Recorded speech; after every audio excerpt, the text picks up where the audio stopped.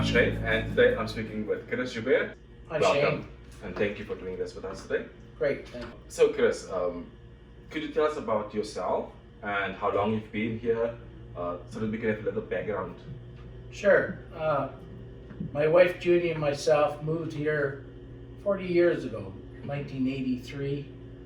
Moved up from St. Catharines, Niagara Falls area, and with our two boys, and settled in Terrace Bay. I ended up getting a job at the senior citizens home in Terrace Bay and was there for 15 years and was very involved with the community. I was on council for 10 years in Terrace Bay and was involved with the Moose Lodge and minor hockey and things like that. So we've had a great time here in the area. So, what do you currently do? Judy and myself have the Hungry Moose restaurant, Roger 8 Motel, and also I sell real estate for Royal LePage Manor Realty, the office in Thunder Bay, but I've been here doing real estate for 25 years now. How have you had to adapt to COVID, and how did you have to adapt your business with regards to COVID? Yeah, that's kind of interesting because there's been a lot of people that, have really suffered over this pandemic. And I talk to people because in the last, when the paper mill in Terrace Bay and CP Rail had laid off, I think about half of the people here in Schreiber that were working for the railroad there, a lot of the conductors and stuff like that, and the paper mill was shutting down. That was really my tough time as a small business. Real estate was right down, and we had businesses in both towns. So the pandemic hits, and we're racing for the same thing. But I was at this point in a different financial situation, and we were well rooted in town with our business, the Hungry Moose and the motel. And real estate really took off. It didn't slump. So we've really done well in the last couple of years. And we're very thankful for it. And it's not because I'm a genius and did anything special. We were really lucky to be where we were at our stage of life. And I tell people, when people that are running into these problems and all that, the only thing you can do is get up the next day, put on your shoes, tie them up, and get back to work, because there's never a time in life where we all just keep going uphill. So you've seen a lot of changes within the last 25 years within the real estate market, and especially this market here. What is your perception of the current market? Well, right now it's never been this way in Terrace Bay, Schreiber area, Marathon. You're seeing housing prices probably have increased anywhere from 30 to 100% in the last year and a half.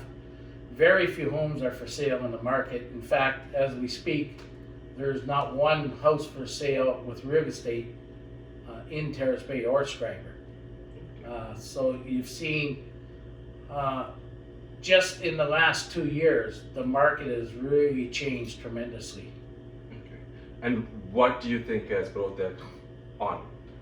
Well, I think a couple things. The pandemic, COVID, has changed things. There was a lot of people that couldn't go to the States or other places in the province, and were coming up to the north for vacations and seeing how the lifestyle was. And I think having a real thought of, hey, maybe it's time to change the way we do things or the way we want to live our life. So I think that's made a big change. We're getting lots of people from southern Ontario, the bigger cities, wanting to maybe get out and maybe slow down a bit.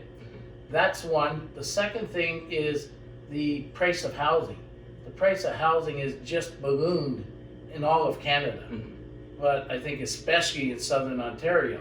So people now, it's making it unaffordable for people to get into the housing market, and it's also allowing people that are in the housing market that have a lot of equity in their home to be able to sell and maybe move to one of the smaller towns, be able to buy a nice home and still have lots of money left over for retirement or to do the things they want to.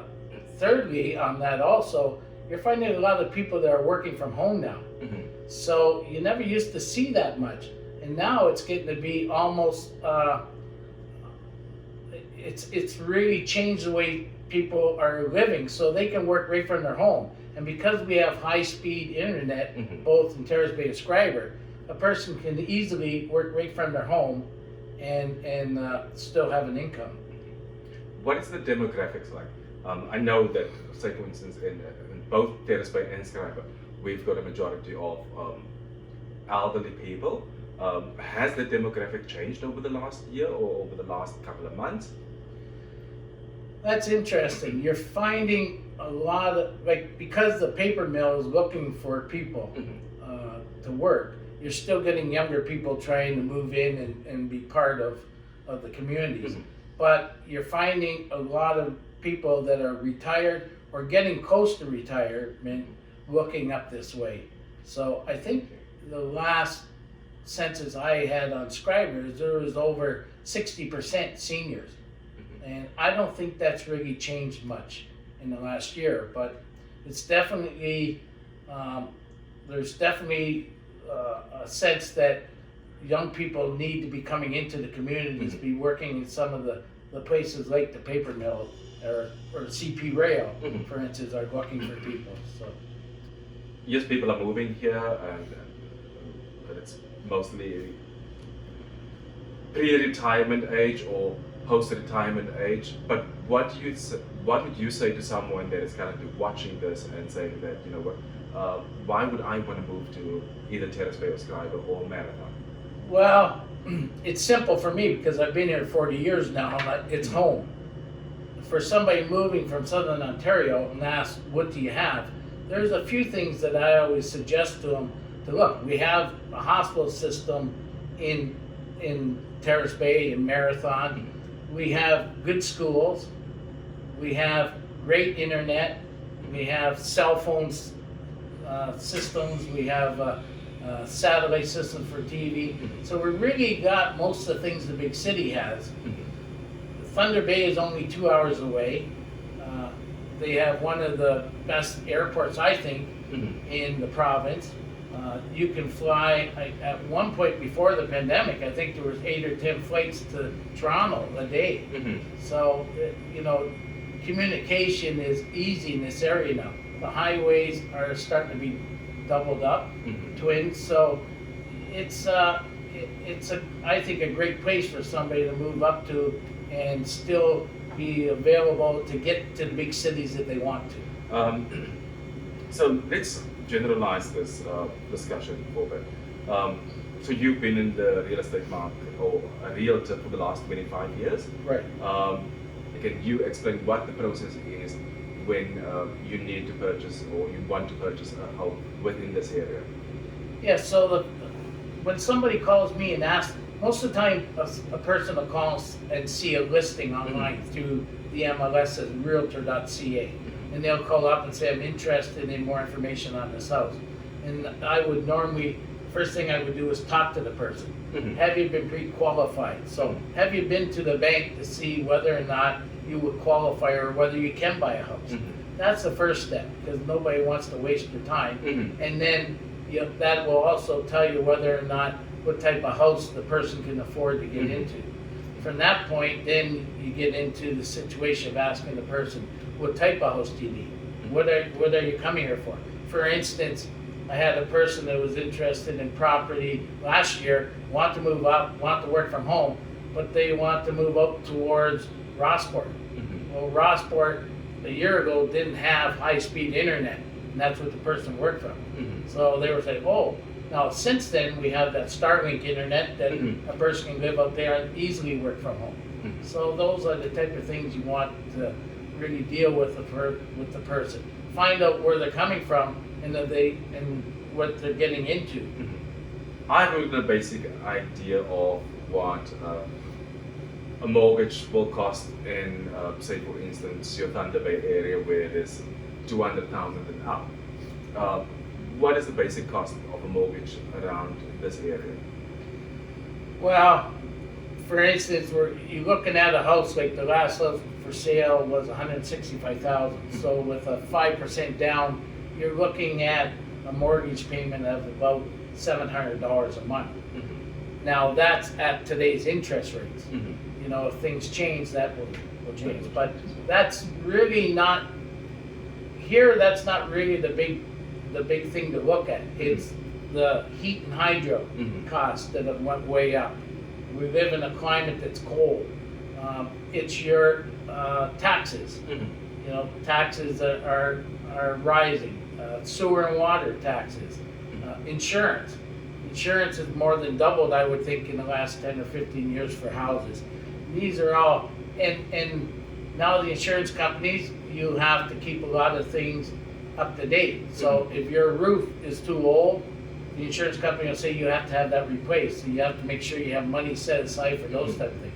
Oil tanks. Obviously, we all know we don't have natural gas here in Schreiber, Terrace Bay, or Marathon. So people either have to go to propane or oil or electric. So if you're going with oil, there's been a lot of changes over the last 10 years with double-walled oil tanks, single-walled, whether insurance companies will cover them. So those are things that I would normally go over the buyer when they're looking at a home. Okay. What would you say is the average house price within the Schreiber Terrace Bay area?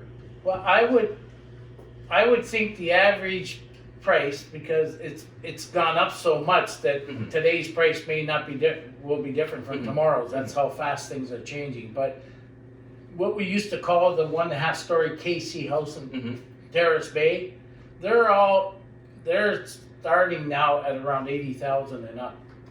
So where just a few years ago they were down around 50 or 60,000. Okay. So and in Schreiber the same thing. You're finding homes that used to sell for 40,000 are now selling for 60, 70, 80,000. With assessments of the properties, okay. MPAC last did one in 2016 within this area, and were supposed to do one last year. We understand that it was due to COVID that they could not come out and do their assessments. How does that affect property owners, or the assessment affect property owners that have bought over the last year or the last couple of months? Well, it's all going to be the same, because even people that had houses for the last 5 years in town are all going to be reassessed anyways. So I think I had some information that was saying that 4.8 million residential properties are determined by the mass appraisal of MPAC. And what they do is they do appraised values on the properties within a certain area. So they don't take Toronto housing and say that it's assessed based on Schreiber. So they would just use the Schreiber area. And that assessment isn't done, when you say appraisal, it's not done like a real estate appraisal. It's done by an appraisal system that MPAC has on the house, based on square footage, based on a lot of how good the fixtures are inside the building. There's a big list of how they do it. And they also don't use all the sales, because there's some sales that what they call non-market sales, which might be a private sale or a family-to-family sale, or a sale that was under distress where it was a bank sale. So that a lot of the stuff they take into account. That assessment there that they send is then used by Ontario municipalities to determine the property taxation. So that's how it's done. So MPAC doesn't tell the town how much taxes they have to charge. They tell the town, this is what the assessed value is of all the properties. Then whatever you need in taxes, right, is divided to get through the mill rate, to create or to get that kind of money. So both of them are at arm's length. One does not tell the other how to operate. So essentially what you are saying is that the property assessment that MPAC does is different from the assessment that a realtor will do Oh. on the value of the property. That's right, on the appraised value, it has Yeah. nothing to do. And you'll see, in most cases, especially in the last few years, when you list a house, the assessed value is normally way lower. That I've noticed is the assessed value of the homes are way lower than what the homes are selling for. Chris, what other costs or additional costs are involved in purchasing a property? Well, as a realtor, I would sit down with the couple or the person wanting to buy the home and explain to them that getting a mortgage is one thing. See a mortgage broker, and the mortgage broker would try to find a mortgage for them. On top of that, there's what they call closing costs. So you would have to get a lawyer, and a lawyer you would have to pay for a lawyer to do the closing. There's also land transfer tax. So when you buy a house in Ontario, you have to pay 0.5% on the first $55,000, and then 1% from $55,000 to $250,000, and then it goes up to 1.5% for $250,000 to $400,000.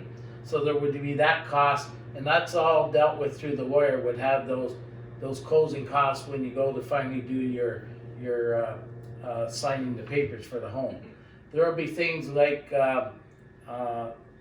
new construction of homes. If you bought a brand new home, there would be HST on that. Okay, home inspection. So if you buy a home, most people nowadays will get a home inspection. That's anywhere from $500 to $800 in this area to have someone come in and inspect the home for you and give you tips on what condition that home is actually in. There's utility costs. So sometimes the utilities will ask for a down payment. On the date of closing, if you have a home with oil or with propane, normally what happens is the present owner will have those tanks filled to the top. Then you would have to pay the owner for a full oil tank. So that could be fairly costly also. You could be anywhere from $1,200 to $1,500 extra just on closing. There's things like taxes. So if somebody purchased a home and closing was in June, but the present owner had already paid the taxes for the year, then they make the adjustment on closing, so you would have to pay that person back 6 months taxes. Sewer and water, same thing. If a person paid the sewer and water for the year, so it can be, you could have some fairly high bills before the house closes. Things like having your internet cable installed, or fees, telephone, insurance has gotten to be a big thing now. So you would have to have insurance on the house before if you're getting a mortgage, you have to have insurance. So that's another cost.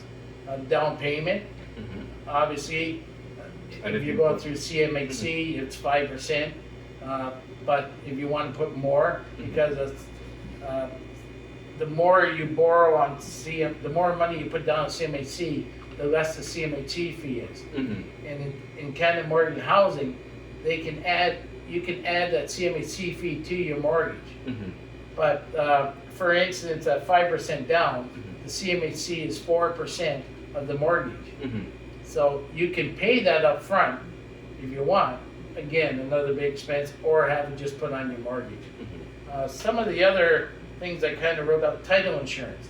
So if most people now don't get a survey done on their property, they would get title insurance. And that's, in this area, is approximately about $500 also. So when you're looking at the initial cost of the house and what it's going to cost you, most people just look at what it's going to cost for a down payment. But there's all these other costs that are associated with closing the deal. So Chris, you've mentioned CMHC. Can you give us a background or your understanding of what CMHC is? What is the history behind it? Yes, well, it was developed after the Second World War, and it was developed for veterans coming back from the war and not being able to find housing, affordable housing. So the Canada Mortgage and Housing, which is a Crown corporation, was developed. And now I see us in this crisis in Canada that maybe CMEC needs to revise what they're doing and maybe look at some solutions for the new problems we're having with the building of the housing. That along with the major banks. What are the major banks? Can the major banks do things differently to provide? I know I had talked about Japan having the 100-year mortgage, and there's pitfalls on that. Yes, it's nice they call it that the grandparents will pass it on to their kids and their grandkids, but they've had problems with 100-year mortgages too. That it really hasn't stopped the price of housing. All it did was make it the person can afford to get into a house, but then the person wants more for the house. So it's that's probably not the solution after that I've researched in. To me, it has to be more a government solution to be putting in, through the banks or whatever, saying this is how we have to do it. We have to fund it. We have to maybe fund it where we're going to say let's give a mortgage to this person. We're going to keep the payments this way, and it's not 5 years from now going to renew it and kick them out of their house because interest rates went crazy, right? So that it's not like other things in life that you can lose. A house is something that we shouldn't be saying to people you can afford it today but not tomorrow. So you've mentioned that there is a shortage of properties available on sale, and this is completed houses, houses that have already been constructed. What about empty lots and stuff? How does that impact the property market currently? Well, that's an interesting topic because I've been actually looking at some of these over the last 10, 15 years. There was an old friend of mine, he's passed away now, George Daniels in Terrace Bay, he lived in Terrace Bay. They had built actual houses throughout the north. And we had worked on a core floor house that could be put on a lot of these empty lots in these communities. And at that time, we were trying to keep the total construction down to under $80,000. So now, just in the last few weeks, I've actually reached out to, because there's no housing left, I've actually reached out to a couple modular home builders, one outside of Ottawa and one in Thunder Bay. And what they're really telling me is that the price per square foot now is around $350 just for the modular home. And then you'd have to pay for the lot. And then you'd have to pay to have the foundation put in. They're telling me anywhere from $5,000 to $50,000. And then you'd have to have your the utilities hooked up and the permits, and then have the grounds done. So your driveway, your landscaping, so forth. So that's when you put just for 1,000 square foot house, you're looking at over $400,000 now for a modular home. Now they're beautiful modular homes.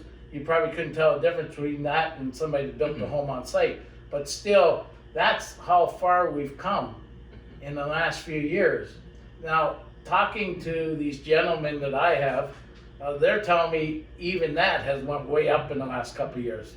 I don't know what it was a couple of years ago, but like I said, I would think you could build a 1,000 square foot house.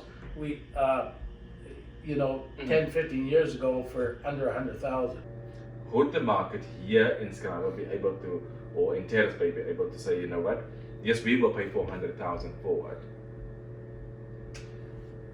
Well, that's a gamble, right? That is the gamble. That's the gamble because nobody knows. Right now, we know we've got lots of people. I have probably 20 people in the last 3 weeks that have called me and said, put me on the list, the properties come available. But they're not saying put me on the list for properties when they come available for $400,000 or $500,000. Now you have to start looking at saying, if you're spending that kind of money, do you go and buy an older home in Thunder Bay or closer to Toronto where they're coming from, or Sault Ste. Marie? Like, I don't know what the average prices are in some of those cities, right? And we also have the problem also of trying, because we have such a small community, we all have to share on that tax burden. So it's not like a bigger city where you've got 100,000 or 5,000, or just look at the difference between Marathon and Schreiber or Terrace Bay. You know, having 2 or 3 times the population makes it a lot easier for the townships to operate. I understand what you're saying. So we actually need more people to get into the town and provide affordable housing for the market in order to grow the communities between Terrace Bay and Schreiber. Right. In order to sell a house later on at the price of 250 or more. Right. And that's, you know, when you think of it, so people say, well, you can buy a house in Schreiber for $5,000 or Terrace Bay.